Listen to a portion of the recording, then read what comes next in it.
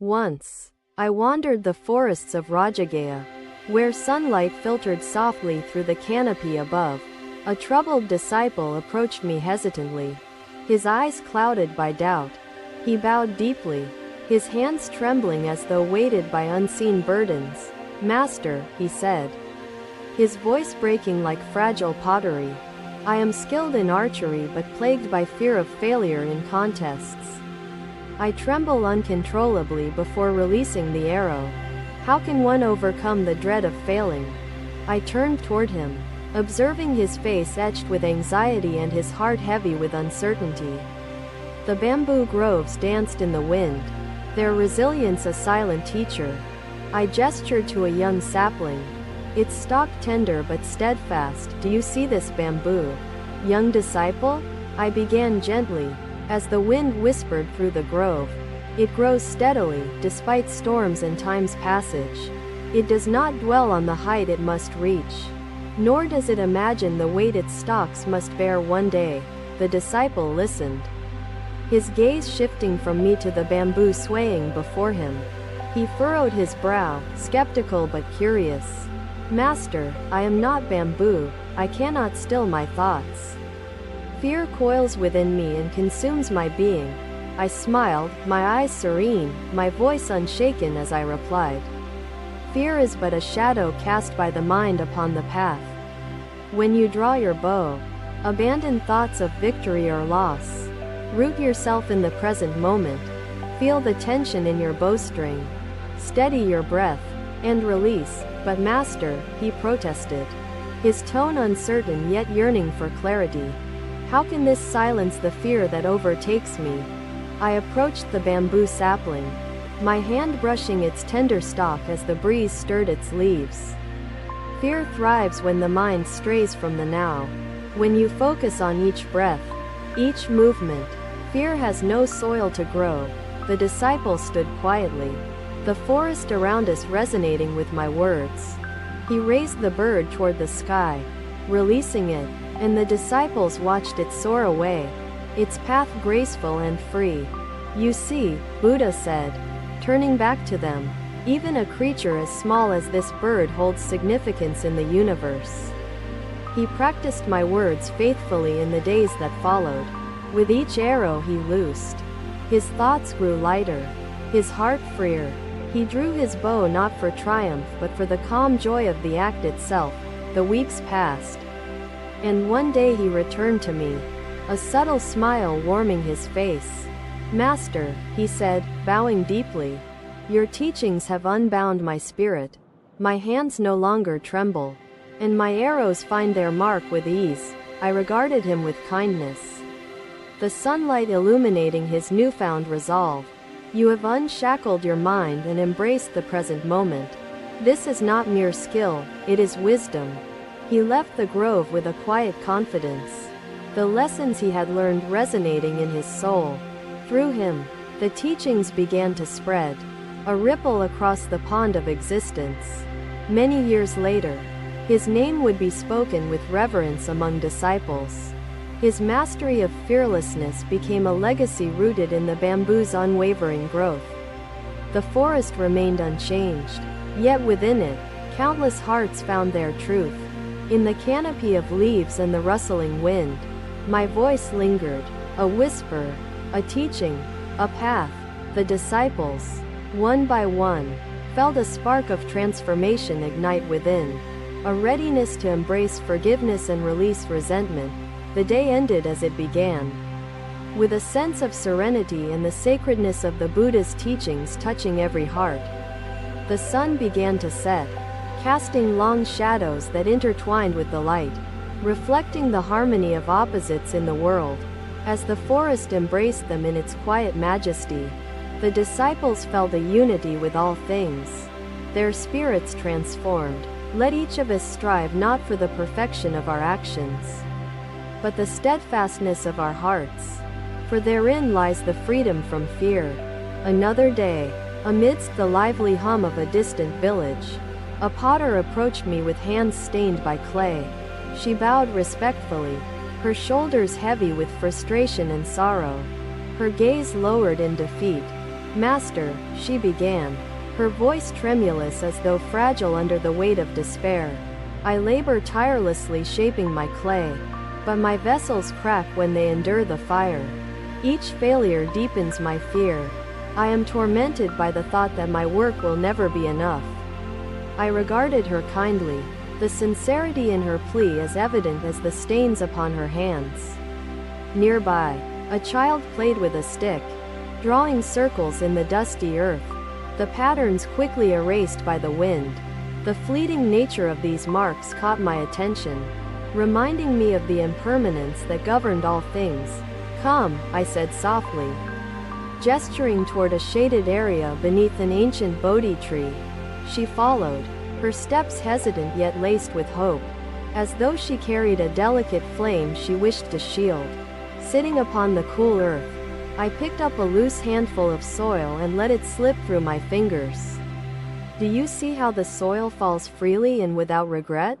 I began, my voice carrying the rhythm of the earth itself. Each grain finds its place, undisturbed by where it lands or what shape it forms. It teaches us the beauty of letting go. She looked at the soil and then at me, her brow furrowed with confusion. Master, I do not understand. How can this soil, so rudimentary, reflect the burdens I carry? I met her gaze, the depth of her pain mirrored in her eyes, and replied, the soil is content to be soil, just as your vessels are what they are meant to be. Success and failure are but measures created by the mind.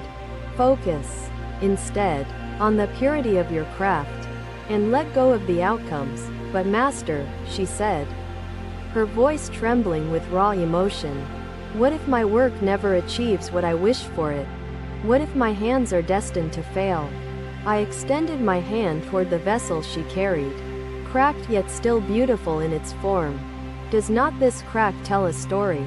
Just as your hands bear the marks of your labor? Even imperfection has its place in the universe's great design. To fear failure is to fear the very nature of existence itself. She sat silently, her hands cradling the flawed vessel as though seeing it for the first time. The wind rustled the leaves of the Bodhi tree, carrying with it the whispers of lessons long since shared. I allowed the silence to linger, for wisdom often blooms in moments of stillness. Master, she finally said, her voice steadier than before, if I cherish even the flawed, then I can continue my work with less fear and more understanding. I nodded, a gentle smile playing upon my lips, and said, yes, for in cherishing each moment of effort, you find the essence of your purpose. The kiln may crack some vessels, but it tempers your spirit and shapes your journey. She left that day with a heart lighter than when she had come, her steps carrying the seeds of a newfound perspective.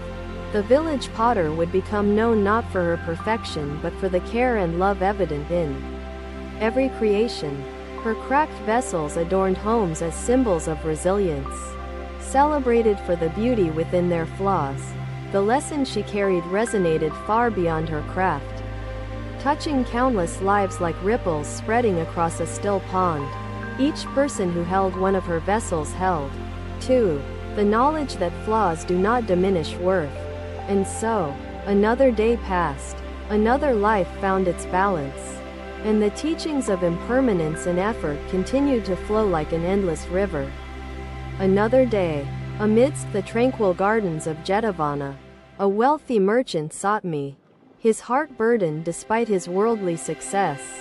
He approached humbly, his fine robes masking the turmoil within his spirit, and bowed deeply before speaking. Master, he began, his voice tinged with unease. I have achieved much, yet the fear of failure shadows my every endeavor, draining me of joy. What wisdom can guide me to freedom from this constant dread? I observed him silently, his face lined with the fatigue of carrying countless worries. Nearby, the moon shone brightly, unperturbed by passing clouds. I gestured toward its radiance, offering its quiet presence as a lesson. Do you see the moon above us? I asked softly, as the wind caressed the garden's blooming flowers. It shines without fear of storms or clouds, knowing its light remains. Even when unseen by earthly eyes, the merchant frowned slightly, his eyes searching the heavens for answers. But master, I am human, not the moon. Failure holds the power to strip me of all I have built. I replied calmly, my voice steady as the rivers flow. Failures are but seasons shaping the soul's journey, like the winds that carve mountains into enduring beauty. Do not tether your worth to fleeting outcomes. He looked at me, his brow furrowed in deep contemplation. But what if all I have built crumbles?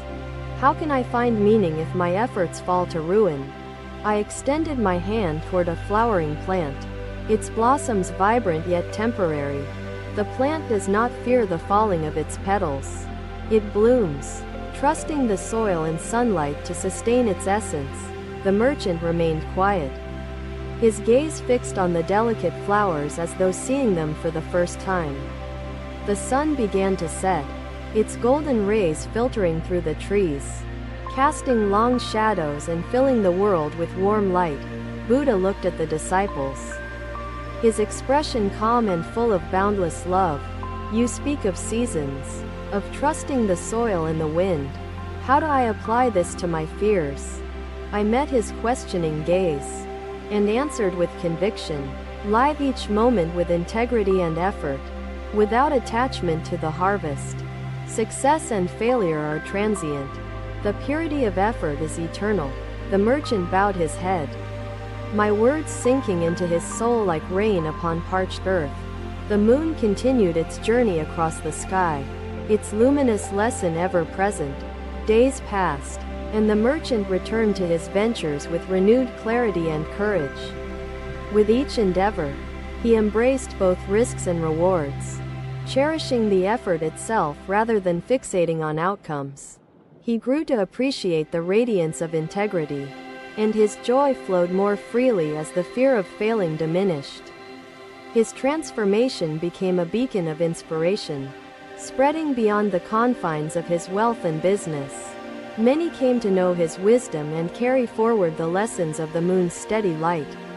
The teachings reached countless hearts, reminding all to find their radiance in the purity of their endeavors. The gardens of Jetavana remained as serene as before, their beauty timeless in the moon's glow. They bore witness to yet another soul finding freedom from fear, and the lessons continued to resonate. And so, another day ended, another life found peace, and the wisdom of effort without attachment endured.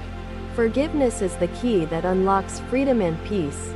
His voice softened as he added, the act of forgiveness removes anger's echo, allowing love and compassion to grow in its place.